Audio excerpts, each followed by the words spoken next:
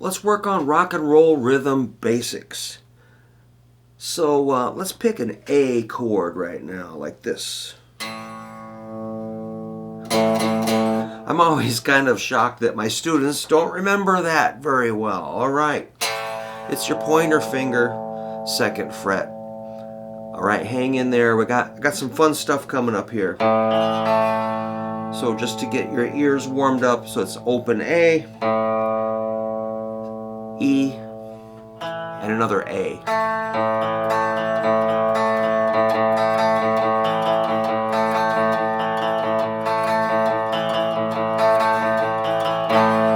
Right, man, the A5. So it's for your pointer finger. A lot of times my students will, because I told them to use middle finger on 2nd fret, like maybe, or ring, I don't know. Pointer's probably the best thing. So, let's say you're going to do some rhythm like this.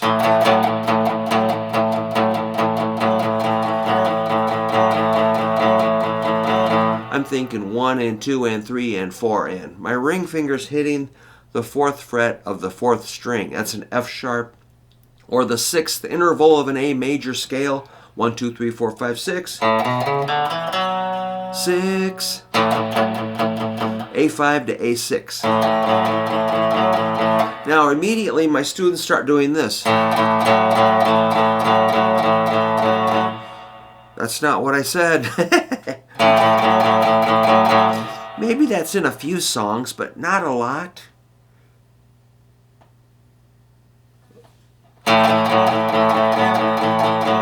Alright, pretty basic, you probably know that, but maybe I'm just reminding you. Now, you could add this.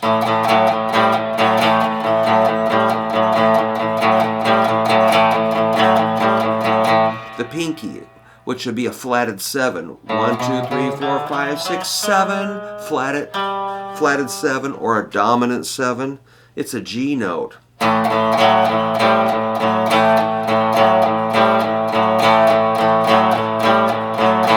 Now when you strum that, make sure you get the A string in there. A lot of times my students will start playing like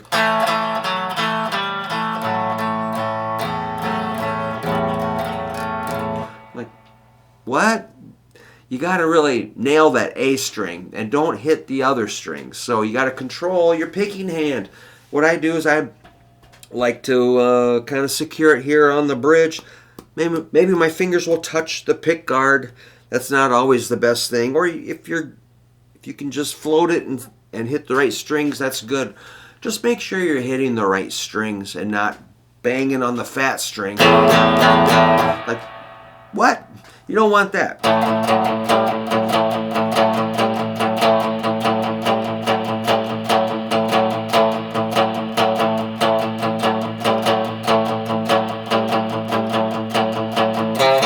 And you can always get that C in there with your middle finger on the 3rd fret, 5th string.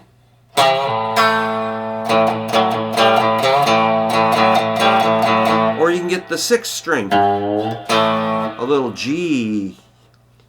A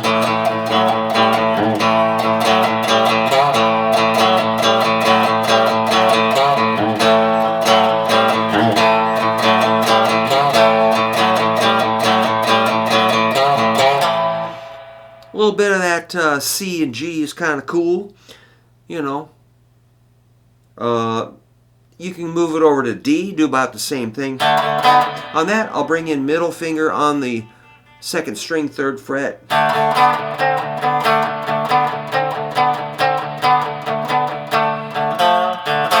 Then you got to get your ring over there if you want to get that F. I don't do that as much. And of course you got your E.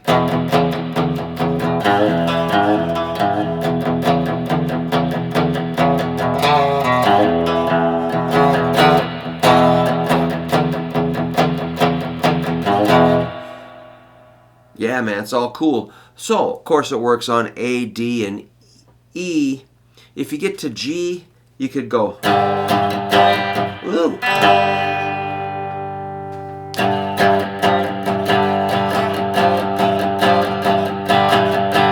that's pretty cool, actually. Middle finger on the G, 6th fret, or 6th string, 3rd fret. And when you strum that, you're going to mute out the A string.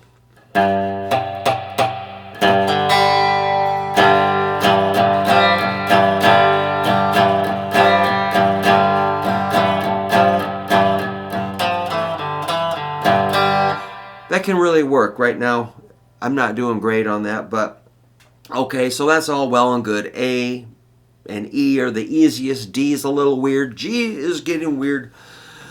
But what if it's like a B? Then we have problems. Then you got to go.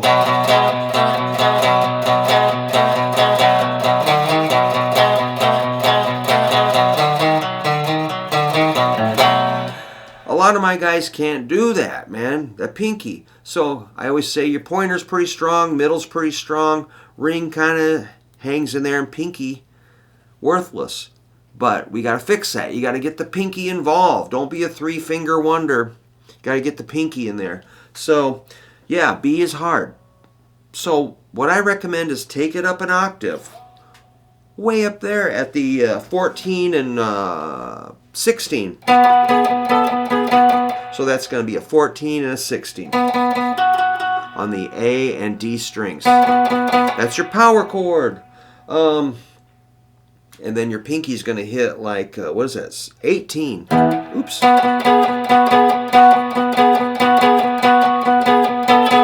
18 and 19.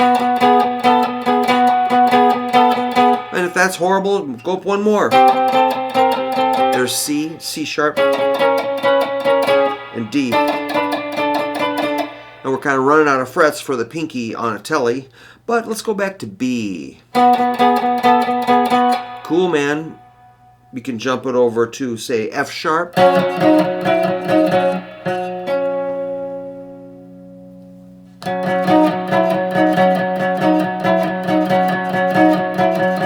Or maybe this E. That sounds kind of twinky, doesn't it? But the reason I got you up here is just so you can at least get the figure happening in your hand. Okay, so let's say that might take a little time. Then we're going to kind of work you down because, of course, the frets are wider as you go down the neck.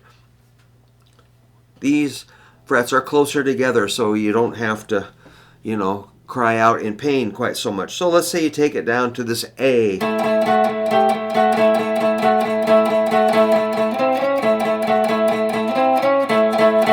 Getting a little C, C sharp. I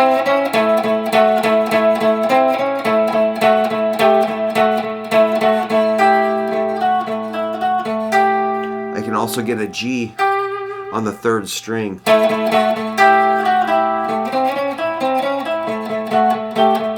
Just an option. Okay, so maybe you can do that. Then, of course, you know what we're going to do is just work you down to G, and you'll feel a little more stretch. Yeah,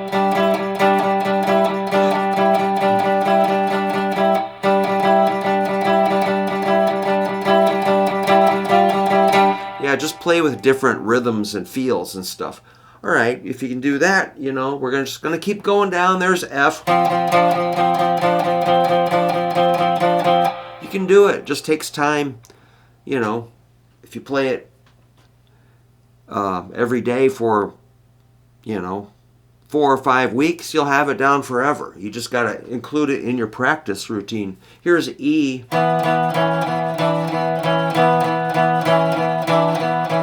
So if your arm is swung out this way, you're not going to be able to do it. So you kind of got to maybe you bring your elbow in. If your elbow's out, you just can't do it. So it's kind of the angle you come onto the guitar. Everybody's made a little bit different. So I don't really know exactly how your hand is going to sit there. But you got to figure that out, how that's going to work if you want to play rock and roll rhythm. All right. Now if we go down to D, now we're getting into the big stretch area. Or A. You know, just be going back and forth from string to string. If we get, you might go down 1 fret to the D flat,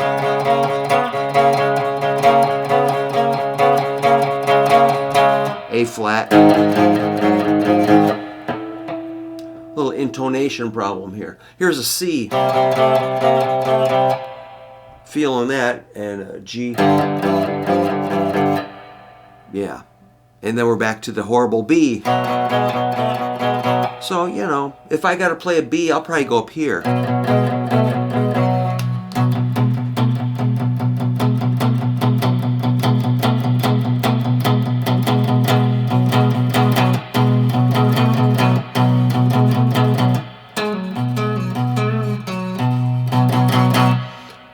And that's just essential for rock and roll, rockabilly, blues, whatever you call that stuff, roots music.